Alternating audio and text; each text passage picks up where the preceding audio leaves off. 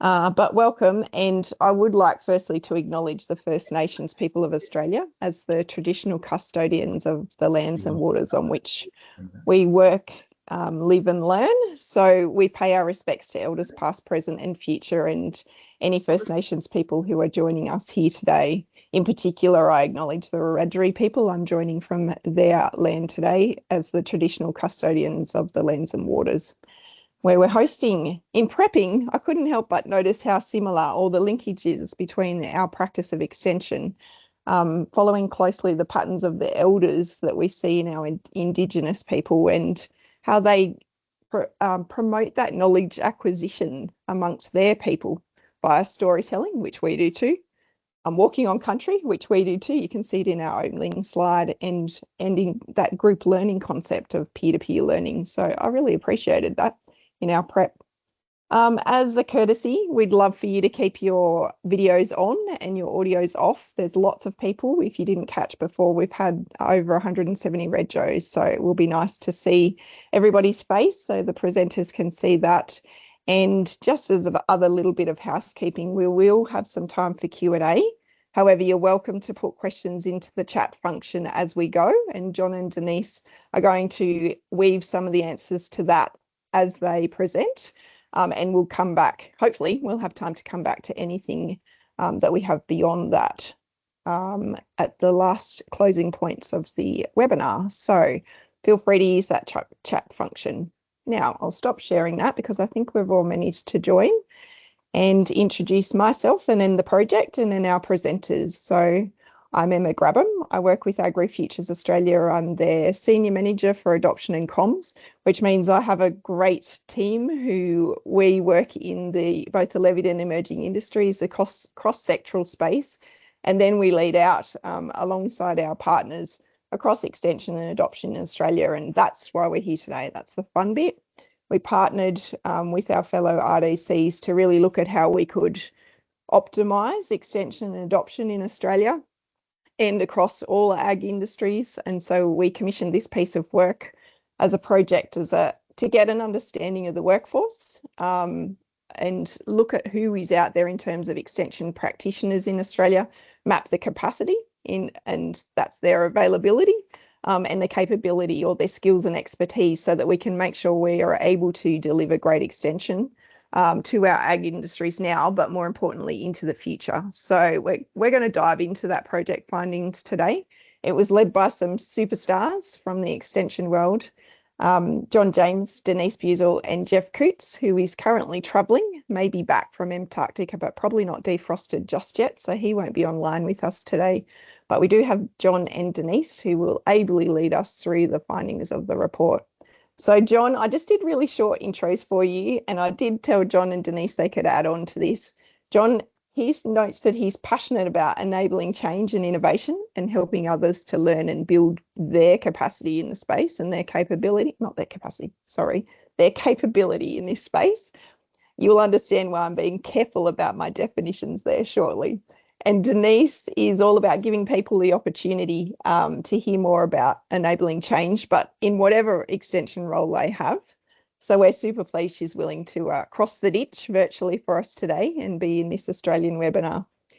And with that, I'm very happy to open a little poll, if I can find my little poll, to let you guys tell us who you are and where you're from.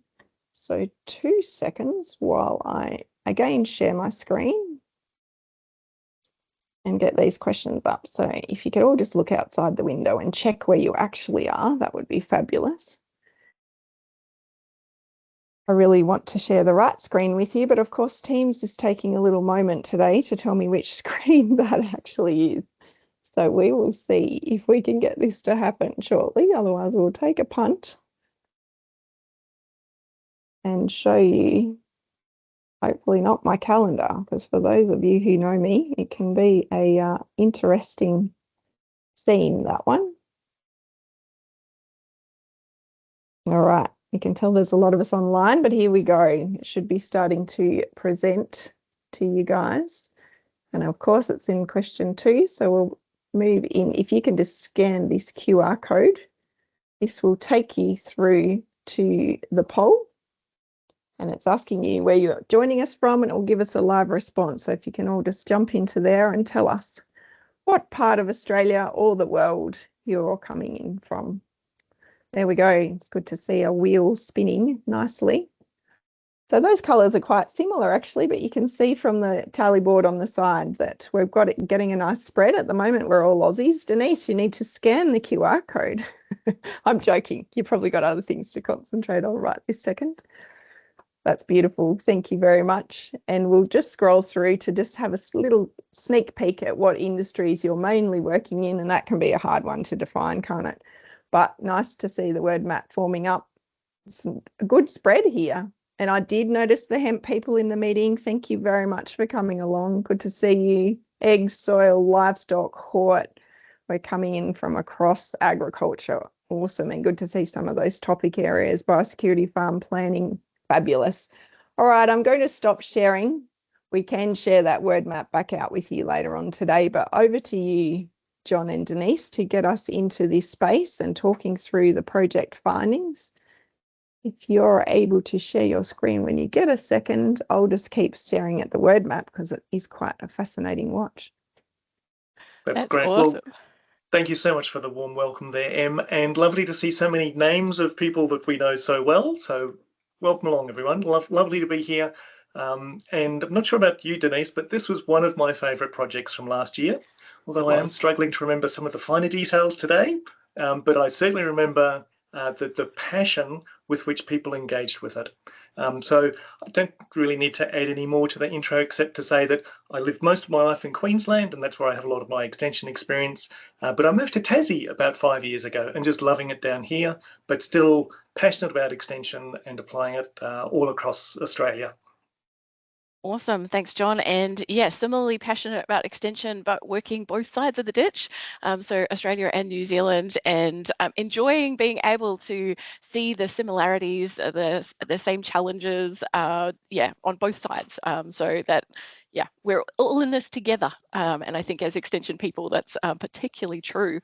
But we are going to get into it. And so it is my job to kick us off with a bit of an introduction to the work we did. And Em was very careful with her definitions because this was one of the things that we realized we had to get right at the very start of the project. So you can see on the screen, we've got extension, we've got capacity and capability. And it was really interesting. There's a lot out there on extension. We've picked out one particular definition. But when we delved into capacity and capability, people did use those interchangeably a little bit. And so we just felt like, oops, we really have to define it and make sure that we're clear on what we're talking about. So I'm going to jump into that. When we're talking about capacity, that's really about having enough people, enough time, enough people on the ground to do the job. So yeah, and then capability, on the other hand, is do we have the knowledge, the skills, the motivation, the confidence to actually do our role or do the job? So kind of different, and hopefully you're seeing that as we go through. We will talk about the different aspects of capacity and capability, and because there were different things that came out. We've chucked up our definition of extension there from the State Extension Leaders Network back in 2006.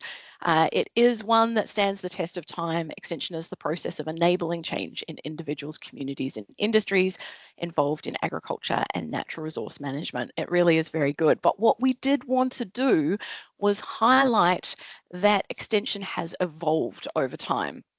And you can see from this diagram, if you go back to the 1960s, it was all about tech transfer. And then we've gradually added to the different kind of thinking and evolution of thought and extension over time, right through to the 2020s, where we've got things like e-extension, the knowledge and innovation brokering. And we really wanted to highlight this because that came through in a couple of questions, didn't it, John, about new tools like ChatGPT, like, e-learning, all of that kind of stuff is definitely part of extension, but it wasn't back when we first started talking about extension in the 60s. So we did want to highlight and acknowledge that we don't want to throw out any of these great different ways of thinking about extension. We want to keep building on it and grow the knowledge and skills required. So grow the capability to be able to deliver in extension. Alrighty, so definitions out of the road, a little bit of the background of extension, which many of you already know. Wanted to get into what we actually did. So you can see here that we covered a range of different activities, from literature reviewing, futuring, survey. Some of you guys, thank you so much. You answered the survey, gave us data, interacted and helped us out. Thank you so much. We also did some interviewing with some experts. We did 6 case studies, which we're not going to have time to go into in detail, but we really encourage you to have a look at those because they're awesome. And some Bayesian analysis. And Em, this is where both John and I kind of toss the coin, because really Jeff is the expert. And so you're going to hear a little bit later from me more about Bayesian analysis, and I apologize in advance. And you'll get my version, and I think it's helpful. I think it's really useful. But yeah, it was good. It was neat to bring all of these things together.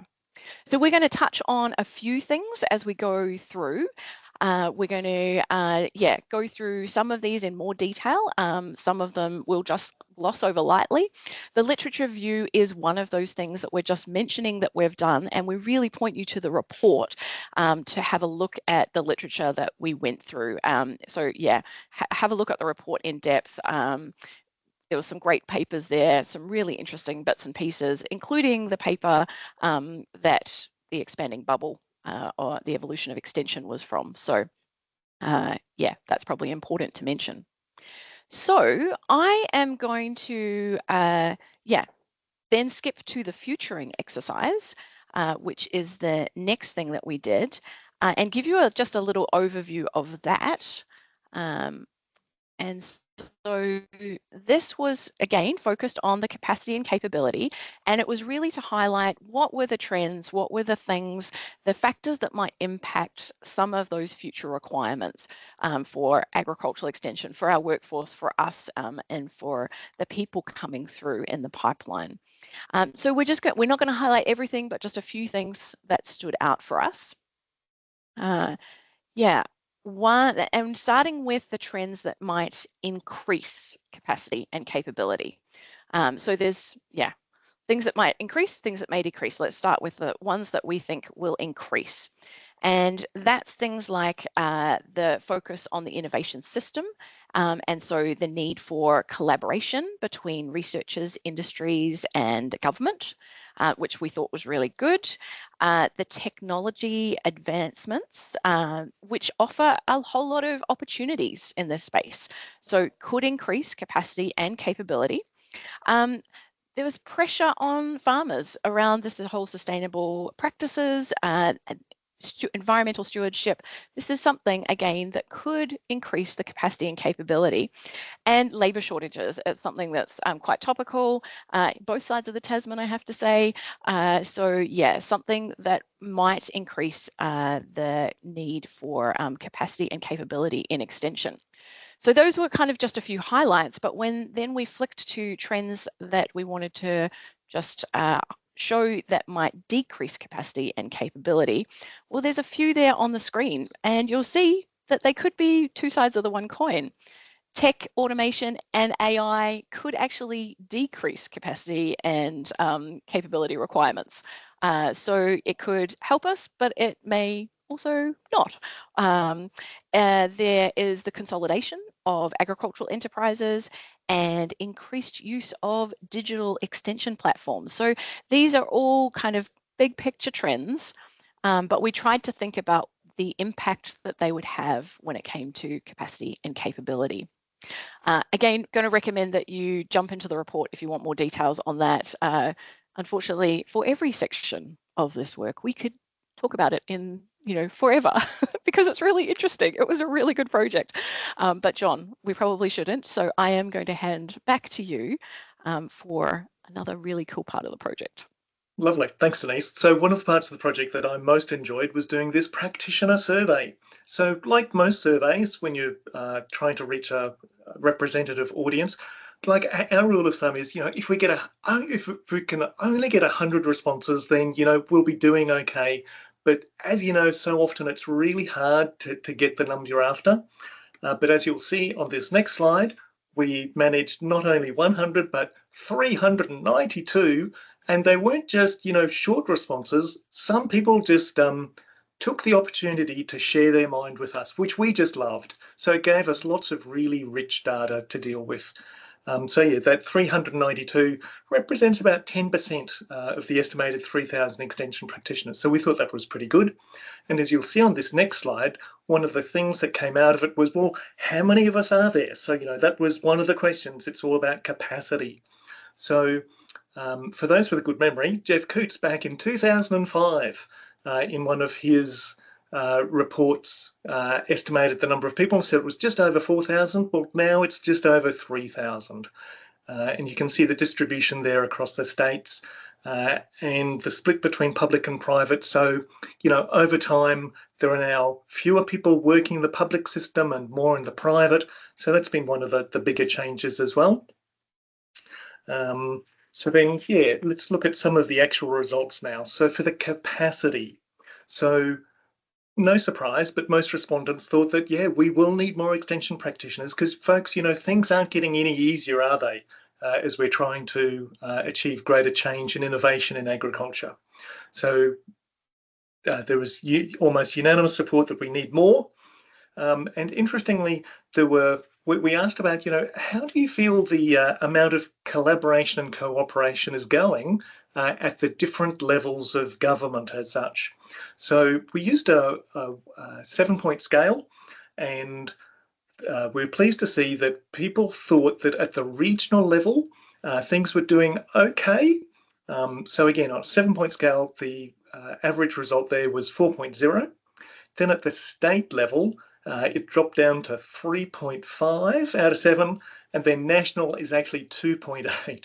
So it just shows that, generally we work far better at the regional level. Again, probably not a great surprise for many of us. And as you'll see in that last dot point there, respondents expressed concerns about lack of cohesion and long-term planning, slow funding processes, competition for funds, and of course this all hampers collaboration. And of course our geographic distance is just a big problem that we have here in Australia. So moving on, we were also looking, people were telling us that they want better sharing of information, again, particularly at the local level. The second bullet point there talks about the lack of succession planning. So in the same way it is with farmers, so it is with us, with our profession. A lot of concerns were shared regarding that. And it's about attracting and retaining the young professionals. And of course, yeah, staffing and funding, those resources are seen as, very challenging. And we just need more flexible and long-term funding. So we generally heard from people saying that, change doesn't happen overnight. 1 and 2 year projects, it's almost, you can't really get anything tangible. It's more like 3 to 5, maybe 7 years of funding would be better, and to have a flexible approach, because you can't really say at the beginning of a 7-year project what the outcomes are going to be. So there was talk about, having a more flexible approach with that. Then on the next slide, it talks about wanting to have more confidence. So people were saying that they're confident in delivering the traditional extension activities, but of course it's slightly lower when they're considering the future needs of their industry and, using new technologies. Dare I mention ChatGPT, which probably wasn't, well, it had just been around when we started our project. And people are also interested in better understanding extension theory and behaviour change. And we'll talk through the webinar how, you used to be able to do perhaps one subject when you're at uni about extension, but it's scarce as hen's teeth these days. Just a nod to the egg industry there. And respondents expressed interest in learning more. So they are keen to learn more, particularly about the emerging technologies, good old extension theory, and behavioural science, which is becoming a bit of a passion of mine. And of course, there's strong interest about the other topics, practice change, project management, decision-making processes, social media, AI, machine learning, all those good things. And We also asked them, well, what types of extension professional development activities are you attending? And so there were things like the in-person seminars and workshops, but also the online webinars, workshops, conferences, forums. And it was pleasing to see people were talking about peer learning groups, self-paced online learning, mentoring, and various accredited courses. But the overall message to us was people were looking for non-accredited training. So the bulk of our people all had a university degree to begin with. They weren't looking for more letters put after the name. They needed the practical tools to actually do their work even better. Cool. And John, we've got a couple of quick questions, I think, because now we'd be heading into the next section. So I thought, let's take a breath. Did you get a perspective on how well extension professionals were prepared to work in the ag sector? And I think the answer was that we definitely that they were all mostly okay on the technical side of things, but the extension social behavior stuff was lacking. I think does that sum it up reasonably well? Yes, it does. So most people have a good degree in the science, and so they understand the plants or the animals. Yeah, it's those humans that we have to interact with that's causing a bit of a problem. Yeah, nice. And Kylie, you asked, was there more detailed feedback about the additional resourcing required? So like resourcing of the function overall or specific support resources. And I guess because we were focused on capability and capacity, we did focus very heavily on that funding for roles and timeframes for projects, as well as professional development. And you'll kind of see those themes come through. So we really delved into those. John, was there anything you would add to that? No, that's good. Yeah, cool. Excellent. Yeah, and podcast, good question. Certainly didn't come through strongly in the survey, but we did, yeah, it is one of the ways you can build capability. So thanks, John. I just thought we'd grab a couple of those questions as we went through. Good one. Thanks, Denise. Excellent. So I think that takes us on to the expert interviews, which was the next body of work that we undertook. So I had the pleasure of doing these. So I had the opportunity to interview 12 of our leading extension professionals. And so for that, we used semi-structured interviews, as we'll see on this next slide. There we go. So across Australia, and it was really exploring the challenges and opportunities. We'd already done the survey by this stage, and what I found was that these expert interviews were just helping to reinforce the messages that were coming through. So there weren't any significantly different topics coming through, but boy, did people take the opportunity to chew my ear about what needed to change there, Denise. So like on the next slide, we start summarising some of these. So a lot of people talked about how fragmented the system is. And again, many of the people have been working in extension for 20 or 30 years, and they're frustrated that it is still fragmented, that it's under-resourced, and many commented about how it's very different from one sector and to another, and in different regions across Australia, particularly from north to south. They were frustrated about the ability to attract new talent and ensure that we have a good future pipeline of professionals coming through, and that we just aren't doing well with that at the moment. So they all agreed that the capability of extension workforce is a critical issue, because without enough people, especially in the remote and regional areas, we're not going to get the change that we're seeking. The lack of formal education and training opportunities. Many remembered when they were able to do specialist topics in extension at uni, whereas these days, as I said before, it's far and few between.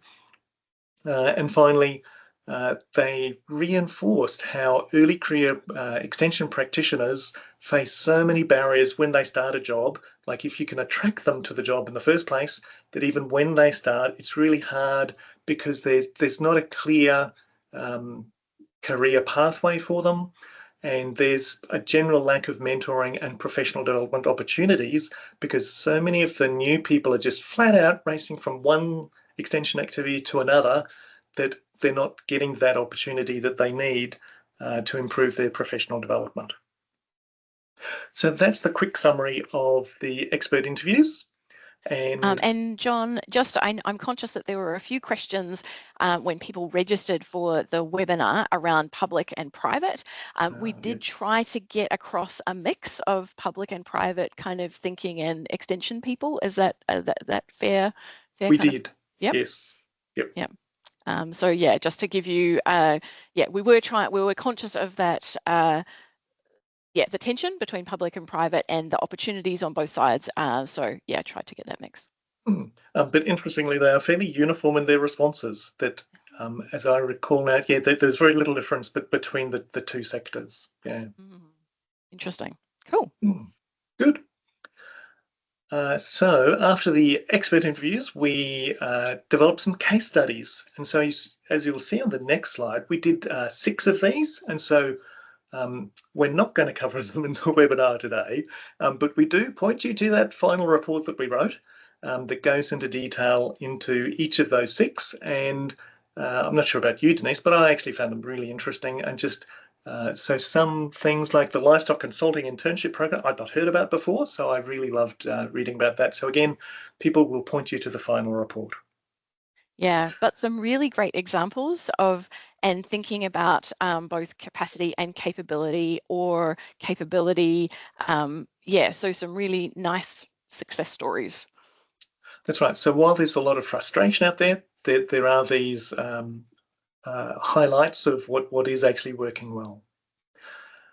Good. So I think I've briefly gone through that. So over to you, Denise, to talk about the exciting Bayesian analysis. Woohoo! Yes. Although I've just noticed in the chat we've got a question about how do young professionals navigate the lack of mentoring / clear career pathways, and I guess the sense we've got is that there's a little bit of serendipity for some people. They end up in the right space with the right mix of people around them, or they get hold of the right people. So yeah, it is. It really does depend on who you've got. That's right. And maybe at this stage, Denise, we should be promoting APEN, the Australasia Pacific Extension Network, because of course they do have a mentoring program. But as I recall, they have a lot more capacity to take more people than are currently enrolling. So if people aren't able to get the mentoring through their own organisation, there are places like that they could go to. Yeah, nice. And another question in the chat, in terms of formal training, is extension now being replaced or at least complemented by communication skills? That's a really good question. John, do you have a sense of that? It'd be a lovely idea if that were true, but I don't think it is, Denise. That my understanding is that in the tertiary sector, there's still an overwhelmingly strong focus on the technical skills and not on these what we would call the soft skills. Although I'm sure there are some institutions that are doing it, because I know that they have the graduate attributes, which is all about good problem solving and communication skills. But then I don't actually see those courses listed in their prospectus. Yeah. No, fair. And please feel free in the chat if you've got ideas or answers to any of these questions, please put them in, because what we're doing is really telling you what we heard from a whole range of people, including yourselves. So we know that there'll be people out there with some great experience and insights to share. So please jump into the chat if you do see anything that you wanted to respond to as well. All right, John, so back to me to talk about Stop procrastinating, Denise. Tell us all about this exciting Bayesian analysis. Absolutely. What can I say? I actually am. It was really interesting, this part of the project, because Bayesian analysis really is about trying to depict the system. And I don't know about you, but I feel like if we're in extension, we kind of get that things are a system and that there's different parts of the system that influence things in different ways. And if you do one thing, there's always unintended consequences and those types of things. So this process was actually really, really helpful. So we used, and I'm using the royal we because it was Jeff and his team that really did all of the hard work behind the scenes, but John and I were part of the discussion and process. So they put it all into a program. So it was statistically kind of, we were moving numbers around and things like that to basically try and map the extension system. So this first graph or picture, I don't know, and system. Image, that's right, yeah. It depicts the current situation from what we heard through the responses to the survey, through the interviews, through the futuring, through all of the bits that we had been doing. This is what the system look like, and basically you can see that there's some that are darker red, and that means that we don't have as much confidence that that's true, but the thicker the arrow, the more influential those things are. So thinner arrows are not quite as influential, thicker arrows are more influential, and then if they're redder, we're really not sure that they're true, they're less true, if you see what I mean. So there's one up here, you can see at the very top with clear career pathways. From everything that you've been hearing, that was something that we went, no, more like the opposite is true. So it's a deeper coloured red. And so this was basically telling us, that have we got a skilled extension workforce? True 55%, false 45%. So it's kind of, hangs in the balance, if you like. I'm sure that's not how Jeff would say it, but that's how I was reading what the system look like at the moment. So then we kind of said the good thing with this kind of model and this kind of approach is we can say, well, what happens if we change some of those things? If we were able to do something about some of the different factors, what would it look like? And so this next image, thank you, John, that's the right one, now shows you actually if we were able to work on things like having clearer career pathways so that extension careers are valued, that we had effective professional development undertaken, if we had some coordination around extension at a national level, that we had great funding for extension and extension programs, then the skilled extension workforce is looking a whole lot more healthy. So it was a really interesting exercise to go through and see exactly how far you had to push some of these things to get a change.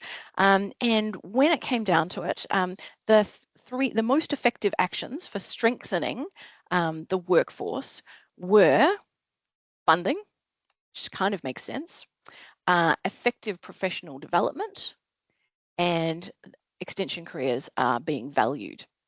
So I hope that you're kind of hearing echoes of the things that we've been talking about throughout this webinar, because it was really cool to see how things kind of came together and highlighted what we were hearing and the themes through the whole project.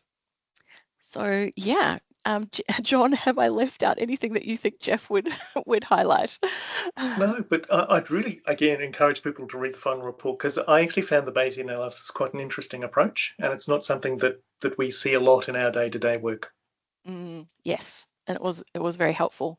And I see Ruth, hi Ruth, is online, and you've said that you've got an undergraduate to graduate education related to extension.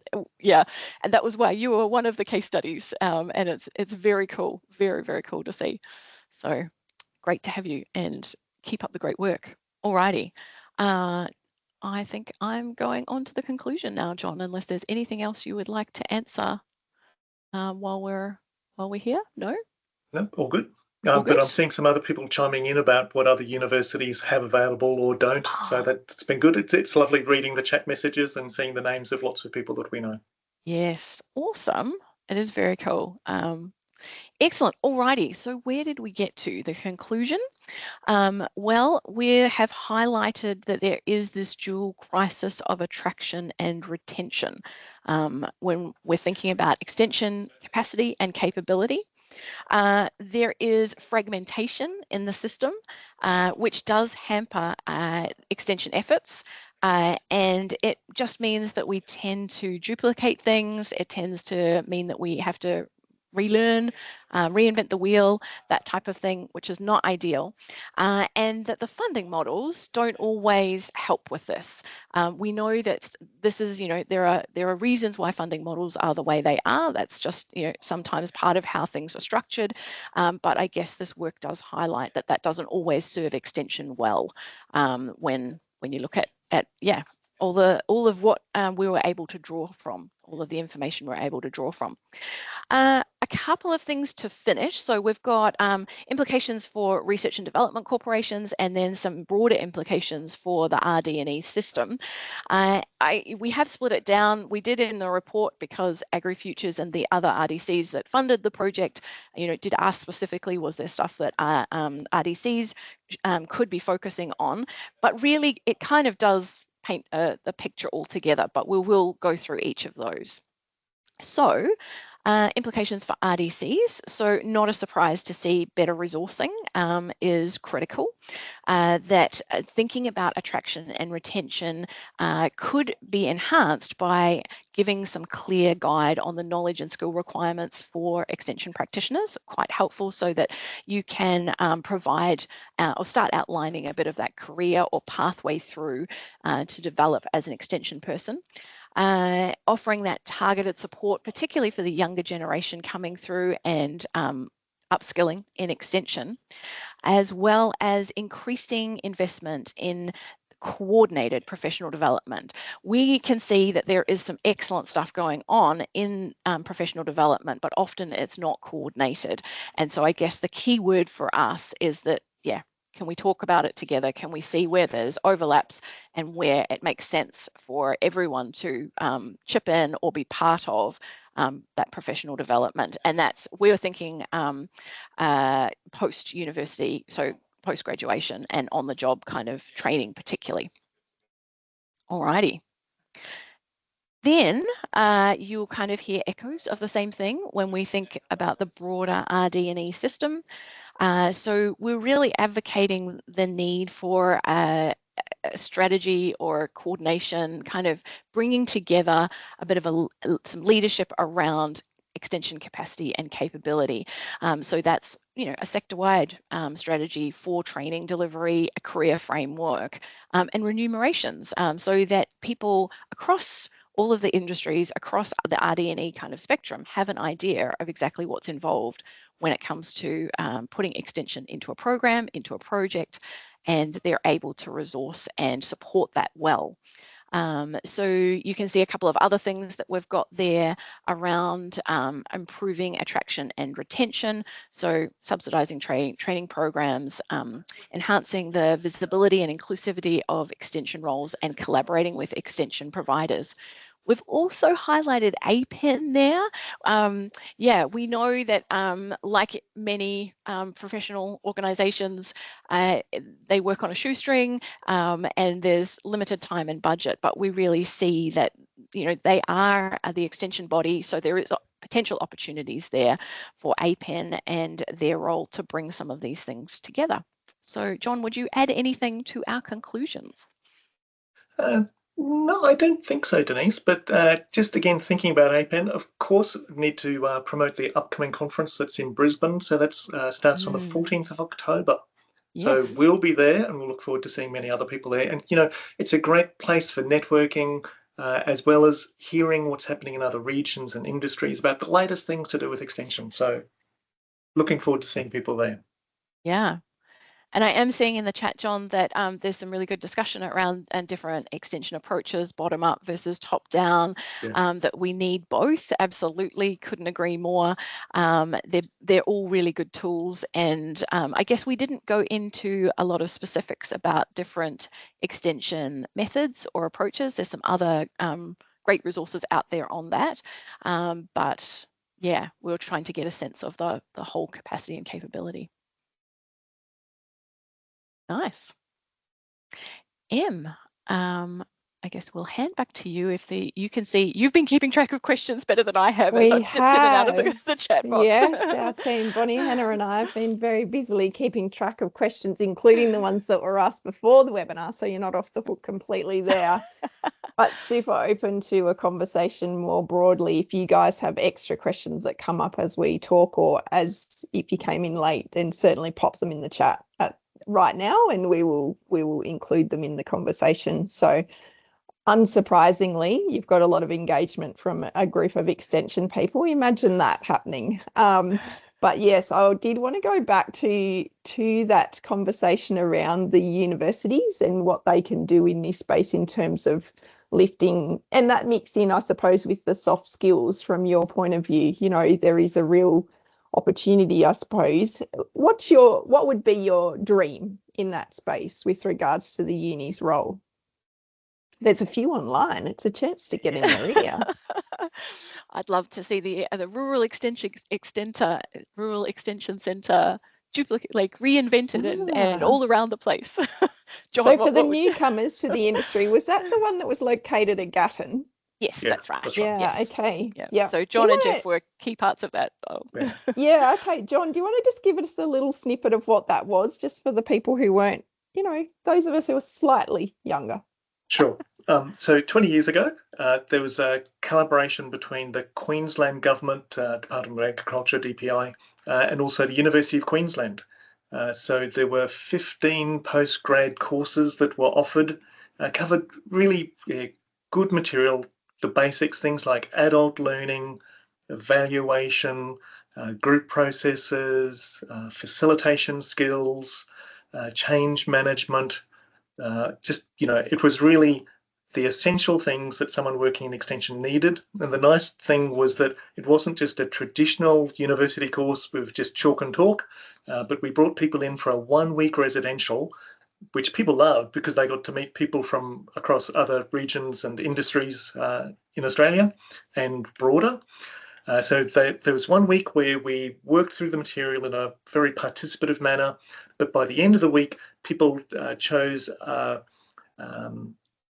topic that they'd focus on that was relevant to the course, and then they go away for 10 weeks and apply it. So if it was like the evaluation course, they'd then design a survey and maybe conduct it and do an analysis, and then you come back after those 10 weeks and report back for just 1 or 2 days about how it went. And so a lot of the students were then excited to hear what the others did. And so it was a lot of two-way learning, and then they just had to write that up with a 3,000-word assignment, and that completed the university requirements. So we trained hundreds, if not over, thousands of people.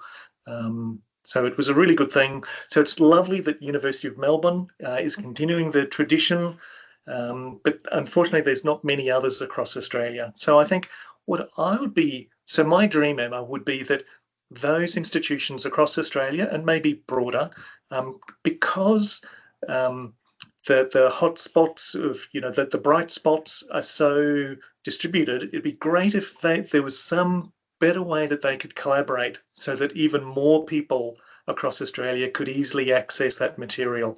And I know Ruth's put a lot of material online, but it'd be great to see more collaboration within the university sector. But I know even that has its challenges, doesn't it? Yes, but I'm writing notes. Let's all try and do what we can in this space. We can take up the mantle. So it's great to see CSU and Adelaide Uni and even UNE maybe in the past, but there's stuff out there. So let's see what we can all do in terms of coordinating that and looking at that collaboration piece. Now, John Muir has asked a lot of questions. So to share the love amongst everybody, I thought I'd choose my favourite one of yours, John.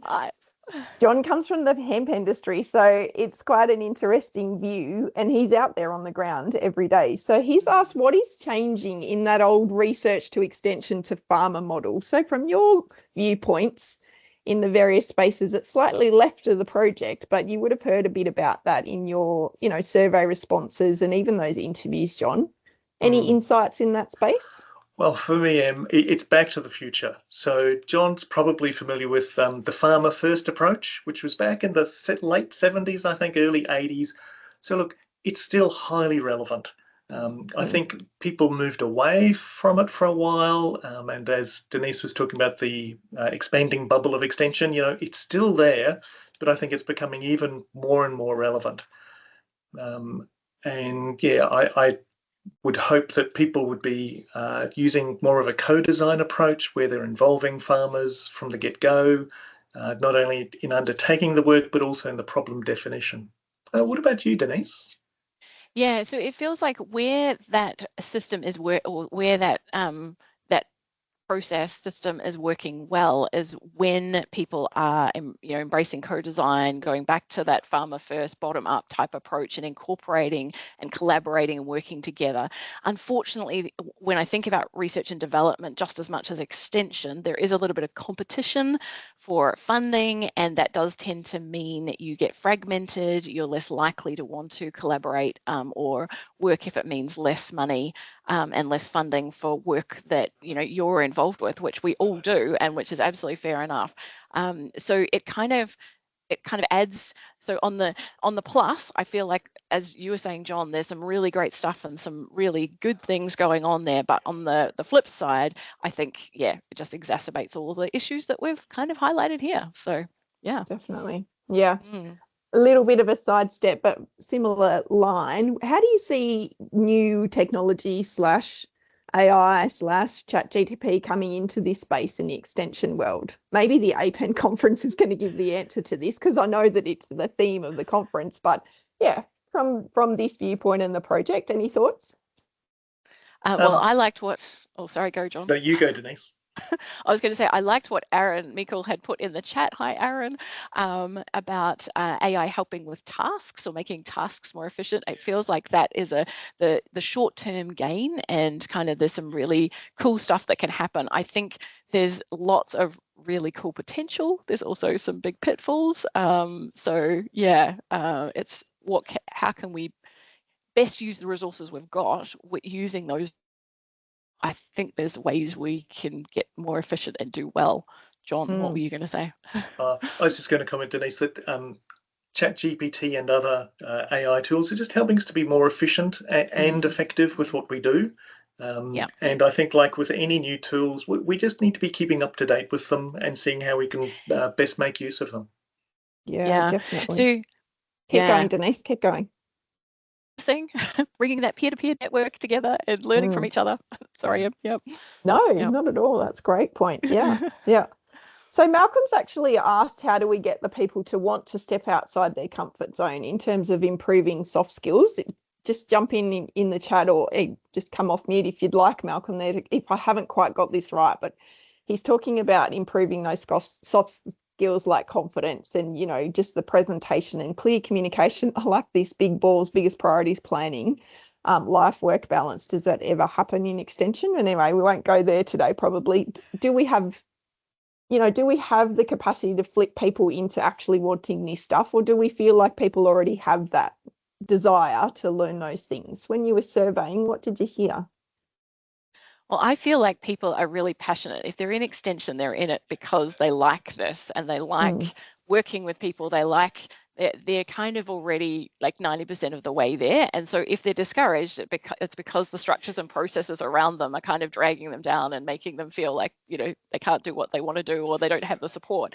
So I feel like if we can, we're already kind of almost there. It's just, how do we help bring that out, give them the right opportunities. So yeah. And John, can I jump in, because I reckon you can answer this next question from Crispian. He's noted, given the capacity concerns that we've got, could the uplift of capability potentially compensate or fill that gap? What's your feeling in that space? Yes, I would agree that it could to some degree. It's a balance between the two, isn't it? You need both capacity and capability. You need enough good people, and you need them to have sufficient skills to be effective. So yes, it's both and. Yeah. But so what I'm hearing from your presentation, and I may have read the report once or twice, your gut feeling in response to, is there enough capacity to cover future increase in that demand space? We know we've got, like all of agriculture, we have a succession problem. Do you think that we have enough at the moment, or what's the shaking your head? I don't think so. We're like, we can always do with more people, and particularly as we're dealing with more and more complex problems. I don't think it's going to get any easier. But what about you, Denise?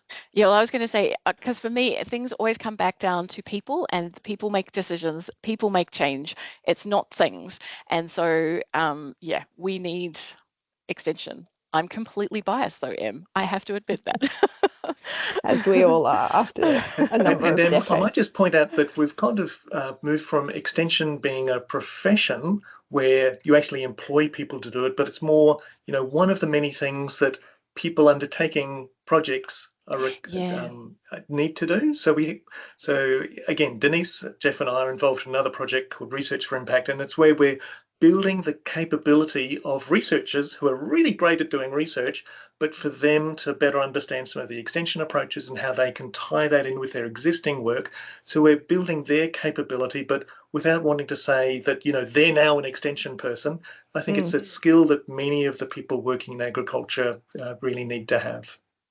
Yeah, absolutely. Sitting within an RDC, we said that every other day, and that's not their core role. Their core role is to research and be an expert in that space. So it's an add-on for them, and you can't expect people to always want to do that, which is Malcolm's point, getting people to come across into that space. But there's another comment here from Anne, which I like as well. She talks about farmers needing to work in partnership with advisors, and I think we saw a lot of that come through. Oh, good, Kat. I'm glad I'm on point.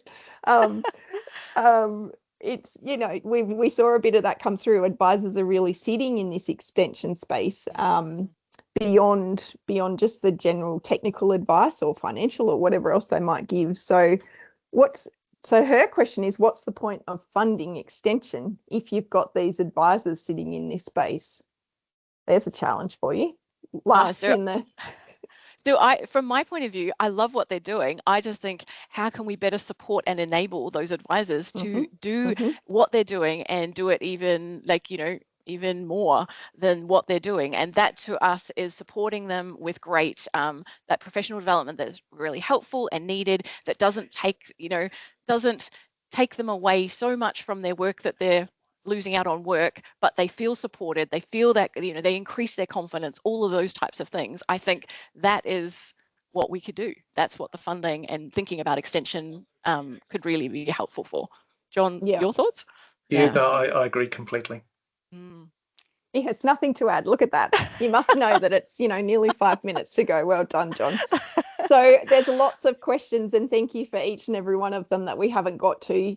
You'll note that I've probably skipped some of the ones that are talking about definitions and extension versus adoption. I thoroughly agree with asking those questions, but I just felt that they were slightly outside the scope of the project today. But I'm super happy to keep talking about these things in this space, and this won't be the last piece of work that AgriFutures and the RDCs together actually launch into. So if you want to reach out about any of this and you're particularly passionate, I know particularly passionate because we're all passionate, but about any particular area, then please do. My email address will come up later, and you can always, actually you would have probably got it with your reminder this morning. So do reach out. There's one last question for you, Denise and John, before we go to a closing poll. And this is probably what's, most important from today, because we're probably the converted, everybody sitting in this space, is what's the process for ensuring the findings of the project are heard by the right people? So thank you, Ben, for asking that.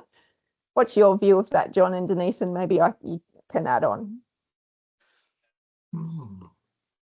I feel like, we're talking to all of the people that are here who are passionate about it, and hopefully can keep on, shaking, banging the drum, shaking the can. I'm getting all my metaphors mixed up. Sorry, Em, but persistence, we just need to keep saying, and the right people will listen at some point. So I guess that's what I see for our role, John, is that we just keep talking about this, give people a chance to hear what we found out, and hopefully use it as fodder. Yeah, sure. And I don't think, Em, that we can sit back and just wait for one person to take it forward or one organisation.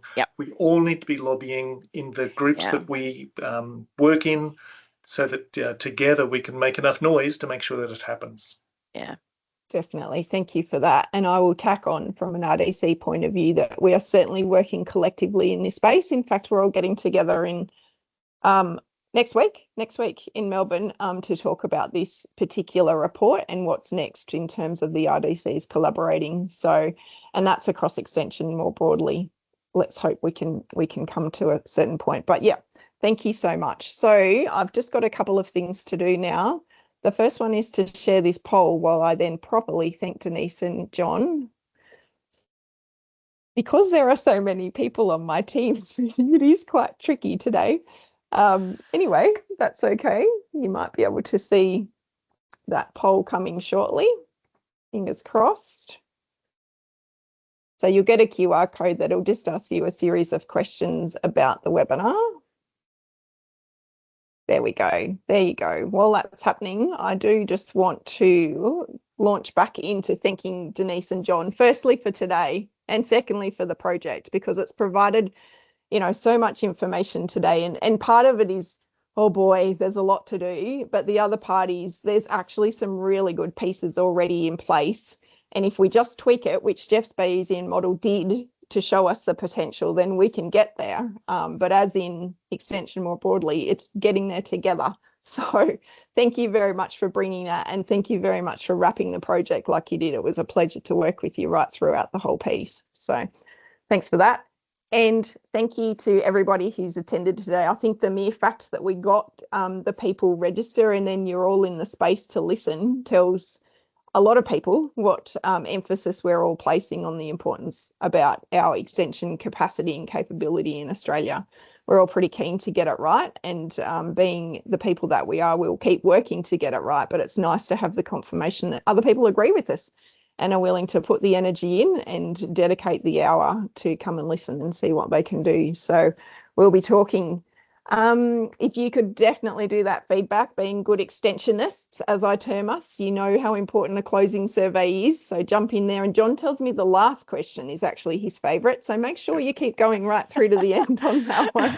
And if you're interested in staying in the loop, you will have had a subscription link to that, and we will try and pop it in the loopback email with the recording in it as well to subscribe. We're developing up a list of people in the extension and adoption space who want to keep hearing about things like this, or, you know, potentially be involved in projects, or potentially get thrown questions and ask for your input and response. So please sign up. Of course, in doing that, you'll be agreeing to receive notifications from us regarding extension and adoption projects. But here we are, reaching the end at 12:29. We're super excited to see this significant interest.